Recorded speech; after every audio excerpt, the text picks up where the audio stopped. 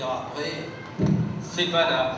Et donc je crois qu'il faut que quand vous rentriez, vous réfléchissiez à ceci, parce qu'à ce moment-là, le RIFEF, c'est bien l'auberge espagnole, où on apporte quelque chose et on reçoit de la plus-value, car nous avons un réseau. C'est vrai, nous avons des copains et des coquins. C'est vrai qu'on peut les mettre à votre disposition. Il faut y réfléchir. Et puis, je vous rappellerai que, parce que chacun est content chez soi, mais entre nous, entre les gens du Liban, d'Hanoï, de Ouagadougou ou de Paris, il n'y a pas de concurrence. Nous sommes tous dans la complémentarité. C'est-à-dire que ce master qu'on montera avec Beyrouth, avec Hanoï, avec Clermont, avec Alger ou avec Bamako, il n'y a pas de concurrence. Et nous renforçons le potentiel francophone dans ces domaines. Et puis il y a un deuxième point très important qui me tient à cœur, en tant qu'enseignant-chercheur, c'est l'innovation et la recherche. Parce que là, quand même, en innovation et en recherche, et dans vos disciplines et tout ce qui tourne autour de la formation de formateurs, nous avons quand même quelques laboratoires d'une grande compétence. Nous avons des laboratoires d'une compétence internationale. Et nous savons, si nous ne trichons pas, que nous avons des lieux du Sud où il n'y a zéro réel laboratoire de recherche. Ayons le courage de le dire et ne laissons pas perdurer une espèce d'ersatz en disant oui, mais on a 10 professeurs, etc. Et alors, 10 professeurs isolés égale zéro. Hein? Il faut réfléchir en thermodynamicien. Il y a un système clos, etc. Qu'est-ce qui rentre, qu'est-ce qui sort, hein? Bon, je pourrais vous en parler longtemps, mais je m'égare. Et là, nous n'avons pas encore réussi le fait que quand 1, 2 ou 3 universités ou instituts du Sud sont en dessous, on en a parlé à la gouvernance, du seuil critique, le RIFEF peut permettre, parce qu'il n'a pas d'enjeux politiques nationaux et qu'il est transversal à travers nos 40 membres dont parlait Thierry Carcinti, nous pouvons permettre à ces 3 ou 4 laboratoires ou petites équipes de créer des premières équipes d'innovation qui vont s'appuyer largement, comme le fait Thierry Carcinti avec le CRIF par exemple au Canada, ou comme le fait le laboratoire Acté à Clermont, vont pouvoir permettre d'aider à agréger des petites équipes pour commencer à sortir les premiers laboratoires du Sud qui pourront dire « Non mais attendez, l'époque où on nous prenait pour des bouseux, c'est terminé ». Parce que maintenant, nous avons un projet et nous avons des enseignants-chercheurs maintenant qui commencent à produire avec l'aide. Ça, c'est la solidarité. C'est la vraie solidarité. Il faut y réfléchir parce que là, je le dis, on n'est pas allé assez loin. Et puis, le troisième point, et j'ai été content que un groupe en parle sur l'éducation au développement durable, parce que c'est bien dans les missions du RIFEF, c'est les missions de partenariat de toute nature. Hein. Et nos collègues de l'EDD, quand ils ont dit, bon ben, ce que nous souhaitons, nous maintenant, après nos ateliers, nos 4 ateliers, etc., ben, c'est de monter un groupe. Hein. Et on peut espérer que ce groupe, si on se retrouve dans 2 ans, eh ben, si tout va bien, ce groupe, il aura travaillé, il aura avancé, lentement ou moins lentement, mais il y aura des choses qui seront sorties. Voilà ce que je voulais personnellement vous dire. Je crois que la dynamique de vos propres réseaux peut être reliée par le RIFEF et le RIFEF pourra être enrichi par ce qu'apporteront les réseaux. Alors personnellement, nous avons eu une réunion de bureau récemment et une assemblée générale, mais qui était plutôt de démonstration. Et notre réunion de bureau, nous avons souhaité essayer de renforcer notre bureau et avec le président, nous avons décidé, grâce à notre ami, et c'est ça le bénévolat, Benziane de l'École nationale polytechnique d'Oran, que le professeur Atel Rami et Naïd Brahim se joignent à notre bureau et rentrent dans notre bureau comme chargé de mission bénévole et ça nous enrichit et donc on va augmenter cette force. Et si dans votre collectivité il y a des gens qui souhaitent participer à ce mouvement, ils peuvent assurer d'une chose, d'abord d'être très mal payés parce qu'ils ne toucheront pas un rond, mais ils auront nos remerciements les plus sincères. Voilà, je vous remercie de votre attention.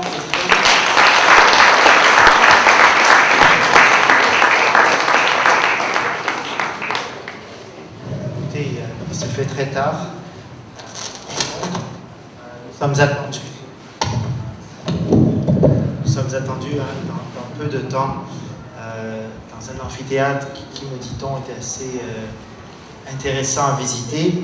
Alors, je voulais d'abord remercier rapidement les participants et je me dis, dire tous vos noms, d'abord, je risquerais de mal les prononcer pour plusieurs.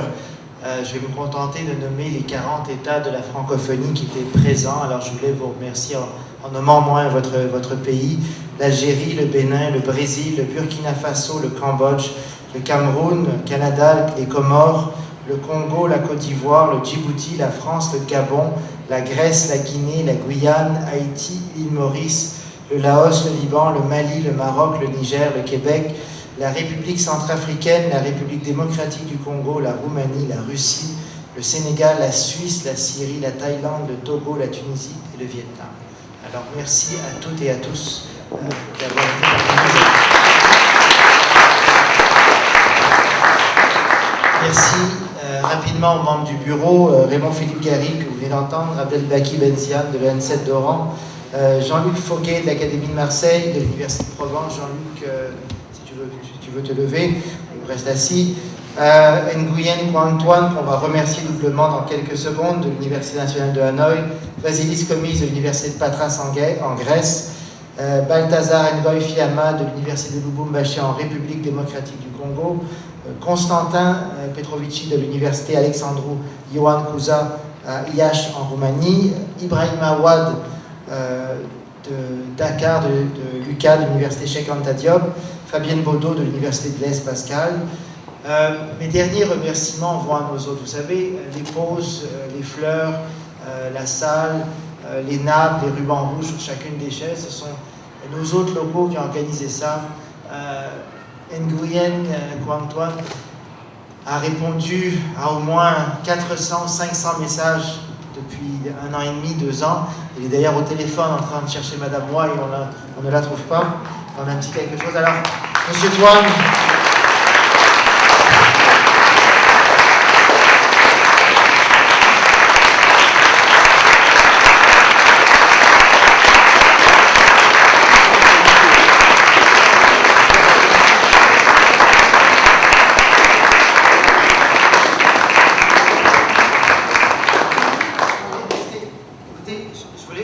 devant tout le monde, ça n'aurait pas été possible sans lui.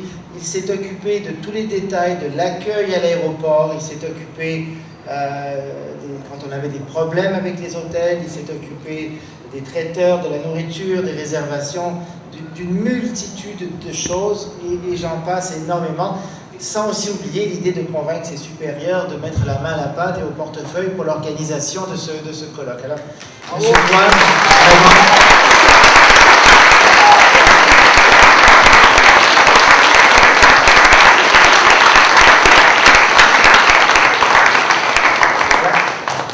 Le dernier merci, elle n'est pas encore là, on a des fleurs pour elle, le bouquet est aussi auquel.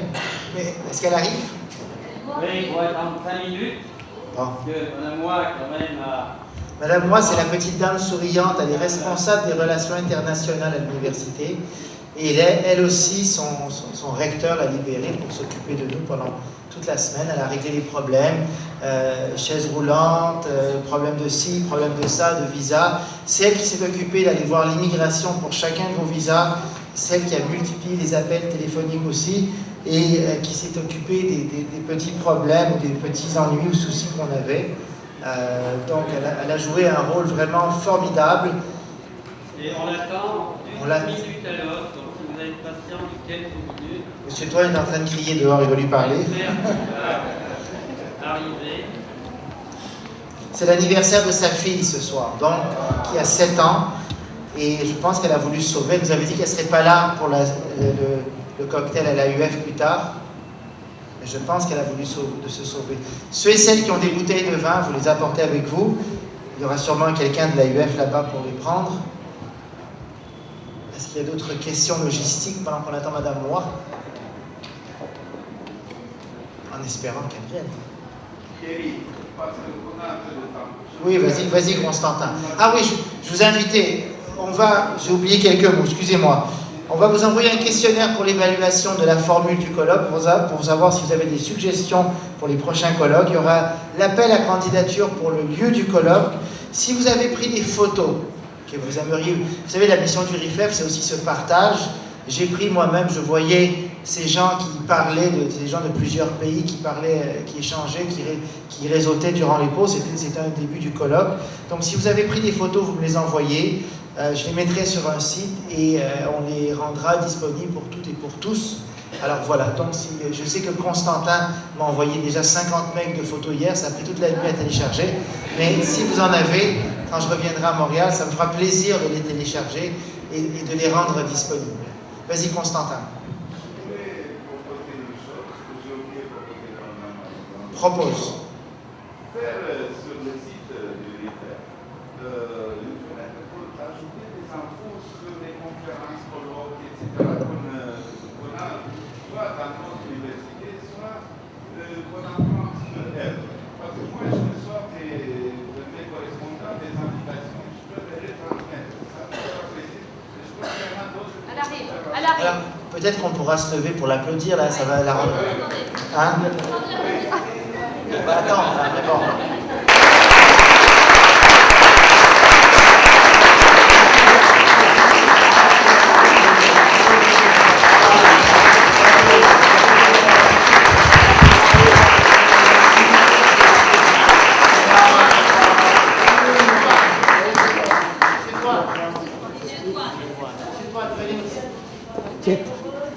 Elle a couru. Mais merci à vous deux. Sans vous, ça n'aurait pas été possible. Okay, merci.